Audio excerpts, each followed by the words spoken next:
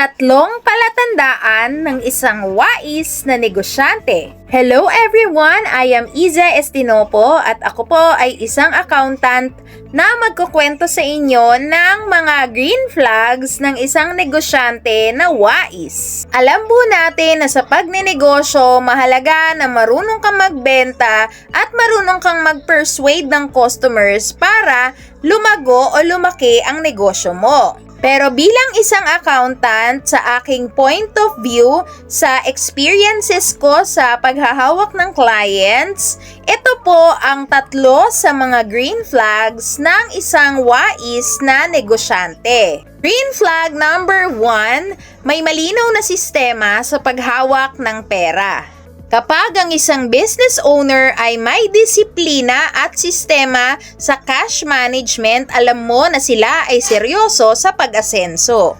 Sila yung may mga nakatalang budget at sinusunod nila ito. Hindi naghahalo ng personal at ng business money. At nagre-record sila ng perang pumapasok at lumalabas kahit sa simpleng paraan. Green flag number 2, marunong silang magplano bago gumastos.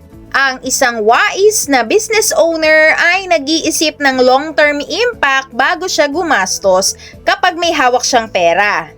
Bago mag-invest o bumili ng bagong kagamitan, iniisip nila kung ito ay makakabawi ng puhunan. Marunong silang mag-ipon at maghintay ng matagal kaysa umutang agad. Green flag number 3, binibigyan nila ng kahalagahan ang tamang documentations at transparency.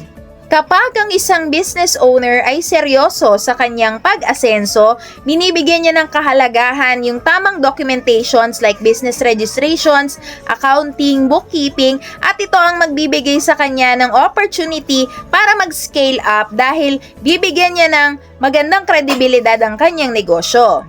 Binibigyang halaga nila ang mga written agreements, written contracts sa kanilang mga transaksyon. At hindi nila hinahayaan na maging magulo ang kanilang financial records.